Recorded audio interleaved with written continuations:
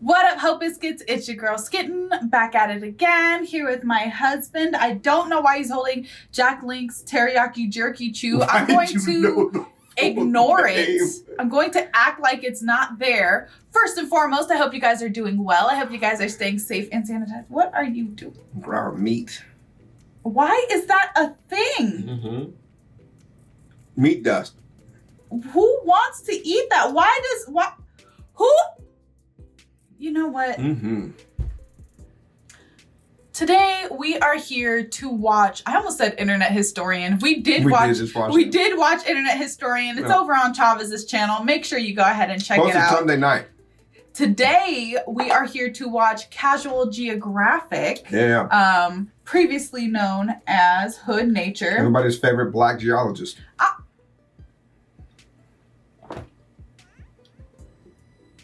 Not zoologist. I even flipped the fucking I thing. Can I try again? No, I'm leaving it in. I'm leaving that in. Sorry. Sorry. Shit. I even flipped the fucking thing. Oh my God, I hit that. The title of this video is The Worst Mistake an Animal Can Make, and I think it is trusting humans. I'm glad that he's got an actual green screen now, so we can stop seeing him flutter for no reason. I like the fluttering. Makes it feel so organic. Also, just, pre-warning, as I always do, my hair is green now, so if it becomes see-through, mind your business. Alrighty. Actually, a lot of people were very complimentary towards my see-through hair because the background I chose was like the galaxy, so then they were like, oh, your hair looks like a starry night. That's cool. Simps. That's why you're eating fucking meat dust. Meat dust. Literally just the dust that's left over from them making beef jerky. Yeah, they make beef jerky. And they're like, we can make some fucking money There's off a guy of this. fucking sweeping. He's like, this is the sanitary broom.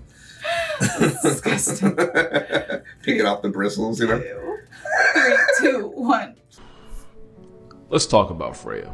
Freya was a female walrus famous for showing up in Norway when her kind is usually found hundreds of miles north in the Arctic. Okay. She was also known for accidentally sinking boats by sunbathing on top of them. All 1,300 pounds of her. Damn. But what made Freya different from other walruses was that not only was she not afraid of people, she was curious and would actively approach them. And it wasn't long until Freya gained a fan club that would gather around just to watch Freya be herself. But you already know how it goes. We can't have nice things. Crowds of people would completely surround her and get close enough to touch her, and some people would even throw things at her. Now you would think people would be smart enough to social distance from something in the same weight class as a car. But then you'd be giving people a lot of credit they don't deserve. In one incident, Freya chased... So sorry. Disgusting. Tried to hold it in. That's so gross. I'm allergic. Ew. I'm allergic to their shit. Ew. Allergic to their shit. The woman that got too close into water. Even with all these problems, officials said that taking her out would be the last possible option, and that Freya would probably just leave on her own. Yeah. Why is it an option at all? Yeah. You're in her living room. Shouts out to Nico. Shouts out to Nico for that. We're in their living room. But seriously, she's doing her thing in her own house. This is literally wildlife. Yeah, she's in the wild. Hello. Oh, we'll take her out as the last. If you don't take yourself out, right? I'm not allowed to say that. Sorry. Self-surrender, man. Best solution. Well, she didn't, and neither did the people that were told to leave her alone. Now they could have tried to relocate her. But tranquilizing and hauling something that can weigh 4 shacks can go wrong in a lot of ways. Yeah. So on August 14th, they took Freya out. Really? Why? But the only thing she ever did wrong was trusting people. You want to know the worst part, though? The only reason she was there in the first place was probably because of global warming. Moral of this video, y'all remember what happened to the world after Harambe became a hashtag? Don't be surprised when life hits us with the Tsukuyomi for flatlining Freya. Now, we gotta spin the block on this whole Freya thing, because I got more I want to say. Sparkno's version, Freya was a 1,300-pound walrus that popped up in Norway and wasn't afraid of people, and because of that, people kept getting way too close to her. But, are we really that surprised now? With global warming going the way it's going, they're gonna start migrating. Of course. That's what's gonna happen. So I don't get how we're so unprepared for this as the wildlife specialist in this area. It just doesn't make any sense. Despite the whole, 1,300 pounds thing, eventually she ended up getting put down for the crime of trusting people. The sad thing is, we've seen this before. This is a Caribbean monk seal. But I still don't understand exactly why they killed her. Maybe like just public disturbance, like the ecosystem wasn't prepared to handle her. Ergo, like, you know, she's sinking boats and shit like that. I guess. Yeah. That sounds like personal problems to me. This is a Caribbean monk seal. So there used to cute. be hundreds of thousands of them, but the last one became past tense in 2008. People found out that these seals have oil in their blood. Oh, had oil in their blubber. As a result, they got hunted with extreme prejudice. Those that didn't starve to a flatline after those same people overfished off the reefs they hunted on. But the biggest reason why this seal's gone for good is gonna hurt you. You see, the seals weren't afraid of people. They were naturally curious and wouldn't run away when humans would approach them because I guess they didn't see humans as a threat. That trust in people got them put on a billboard. Like, people would just walk up to a sunbathing seal and just cancel its entire life subscription. We stat padded them so hard that the seal that used to be all over the islands got discontinued by us. And best believe they're not the only ones whose trust in people got taken advantage of. But it might just be the saddest. Which brings us to Freya, who was literally in a no-win situation. She trusted people too much, people abused it, and she got put out of order for it. But if she had been more aggressive with people and actually squared up with them, all 1,300 pounds of her would have been canceled anyway. Right. Long story short, we Harambe'd a walrus and nature finna bend us over for it. Yeah, I should probably explain. So that right there, you know, the paralysis demon with wings? That's actually a Harpy eagle. It's one of the biggest eagles in the world, I think they're so with freaking talons cool. the size of grizzly claws, with a grip almost as strong as Rottweiler jaws. And even though this satanic pigeon could probably violate if it wanted to, they're actually not dangerous to people. Look how There's no cute. recorded case of one attacking a human, let alone murking one. The problem is they also have no fear of humans. I mean, why would you when you look like that? It would be cute if its face wasn't so small for its head. It's like so off-putting. But their lack of fear also makes them a popular target for exotic hunters, deleting them for, I don't know, sport, fun, the excitement they don't get in bed. Honestly, who can say? So Buckbeak's understudy is almost endangered, and a big reason is because they make the mistake of trusting people. Kind of like this guy. This is a quokka. It's basically so a fun-sized kangaroo, and since the ones on islands have no natural predators, they also have zero fear of humans, which is why these selfies exist. But because we are the Earth's acne, some people will really wake up and decide to use their trust in humans against it. How you can hurt something that's literally serotonin with fur is beyond me. I'm not going to show you for obvious reasons, but there have been cases of people seeing this quokka and then kicking them and throwing them into walls for... Again, I really don't know what has to go wrong in life for you to think that's okay. That is really twisted, man. That's really fucked up. This video is not fun. I know. I don't like this. Yeah, I know. Chrissy, wake up. You know the TikTok song? Chrissy, wake up. I don't like this. What is that? Okay, what's the hold on. I got a response to you. Just edit it so like I said it right after you said that, or don't. Who cares? Oh, how does it go? I'm so old. I'm getting it. Hold on. I got it. I got it. BFF. Be fucking for real.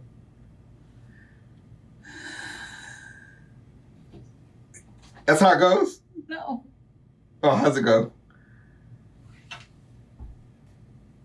What are you talking about? BFF. Be fucking for real. Yeah, that is how it goes. BFF. Who does that? I've seen it on TikTok. Nobody does that. Seen it on TikTok. I don't believe you. I believe me. Be fucking for real. Chrissy. Thousand Island dressing. Balls. Touche. Oh my God, without context, nothing that we just said is going to make sense. Yeah. We live our life on the internet. And because we live in a generation of telling on yourself, a lot of these people are the ones that post the videos. The world's happiest animal, and someone decides they want to try to score a field goal with it. That should be a crime. Yeah. Like if you post that, that should straight up be a fine. It should go on your record. Isn't that like the whole premise behind that documentary on Netflix? Don't fuck with cats.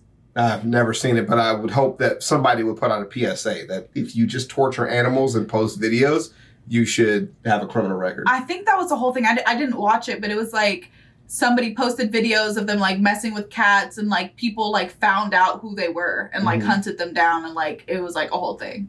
Okay, well, I'm not saying, okay, maybe not like No, manhunt. sorry, not like hunted them down. Oh, okay, but, like, that's what you fucking said. The man's most deadliest predator gets hunted by man's most dangerous. This was not like a, the most dangerous game situation. Right. Okay, but like, no, they like found out who they were and stuff like that. And didn't hunt them down.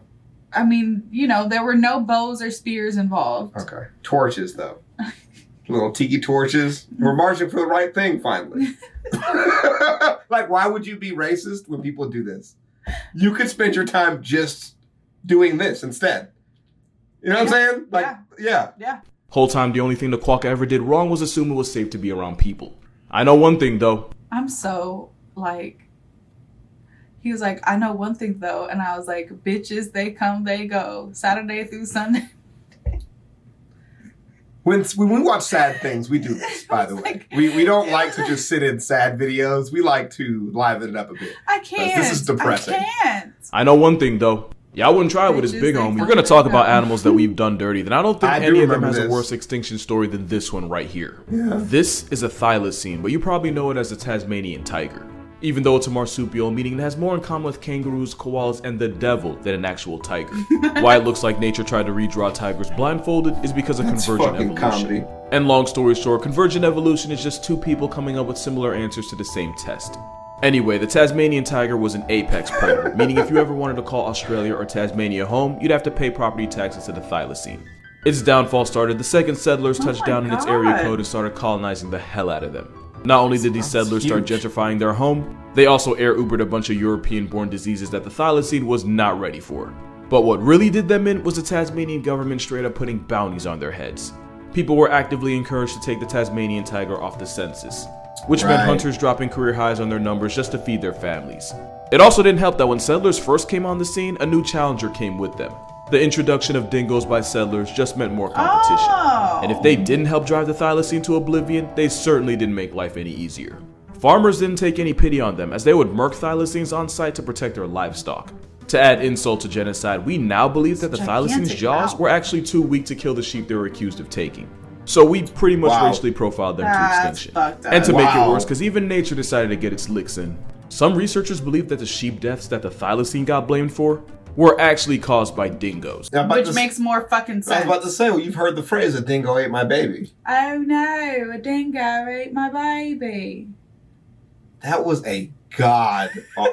That was fucking... Dingo. We're gonna Oh no, a dingo ate my baby. That's how you have to do it. You know, I am actually married to you. Like, you can't just say, you have to think about how it reflects on me also. Oh no. The same dingoes that settlers brought in the first place. So between trigger-happy humans, canine competition, and European germs, the thylacine's ticket was pretty much punched. But once we realized how close they were to becoming a history lesson, we finally decided to help try to bring them back from the brink by raising them in captivity. Which went well, until a bunch of them caught distemper and became chalk outlines anyway. The last wild thylacine was shot in 1930 by a farmer whose name I'm not even gonna bother saying. And after all that, the last man standing was a male Tassie tiger named Benjamin in the Bohart Zoo. Until he got put on a shirt in 1936, ultimately ending the entire bloodline. Now class, anyone want to take a guess how Benjamin became a hashtag? Well, a little fun fact about Tasmania, on rare occasions the days can be blisteringly hot while the nights become brutally cold. Get the fuck out of here. One night Benjamin got locked out and froze to a flat line. Because not even the forces of nature were about to let him slide. And that's how the last of an entire species died. Someone left him out. And to add insult to extinction, the thylacine was officially given protected species status 2 months before they got discontinued for good. What the hell are we doing? After decades of putting them in Twitter bios, that feels like gaslight. Now, there have been talks of scientists trying to bring the thylacine back. And some who believe the thylacine never left at all. We just haven't found the rest yet. And to be honest, I don't really see how that's possible, unless they have NordVPN. That was great. You son of a bitch. You know what's not risk-free? Well, if you're a thylacine, breathing. So you remember how I said we've done some really questionable things in the name of science like this? We're not doing that one. We're not doing that. No. Well, once we attempted something so unethical that all I have to say is one word for you to truly understand what time it is. You're gonna watch it? I'm waiting to see what else he talks about because he's not. This is it. This is what he's talking about. One word. Yeah. Human Z. It's exactly what it sounds like. Basically, a Soviet biologist tried to cosplay as God and create a human-chimpanzee hybrid. That's different than the other thing. But That's what I'm talking about. But worse. That's what I said. This is what he's talking about. It's not going well. You know, I typically really enjoy casual Geographic videos. Uh-huh. I'm tapping out on this one. Are you really? You're done. I'm done. I'm out. Well, we did a lot of talking in this one, so I apologize that we didn't stick through a lot of the juicy info that you guys are used to. I can't. This is so sad. It's pretty sad. This is sad. It's sad. It's sickening. Like, you know? Yeah, it is. It is actually pretty sad. When you compile all of the sins of humanity in the Yu Yu Hakusho I was black going to tape, say like Yu Yu Hakusho. yeah, when you start creating a black tape, you know, it really does make a lot of sense why people will just be like, we are the problem. The creative solutions that you can come up with for humanity all need to be in restructuring how we imagine our survival. Yeah. You know, European-based theory on human survival is human apex predator level, reforming, like terraforming. Right. But the environment doesn't work like that. And that's what people need to really understand. Like, you have to work with, you know, evolution, not try to force it to do what you need it to do. That's not how it works. Right. So, you know, I think we really need to get on point with that. But, you know, hey, we're technology whores. So we're saying that while making YouTube videos. I'm not going to say that I hope you guys enjoyed the video because I really and truly hope that you didn't. But maybe you learned something. You know, goodbye. Okay. We'll see you on the Peace road. out, Hocus Kids. I'm not going to say it's getting lit.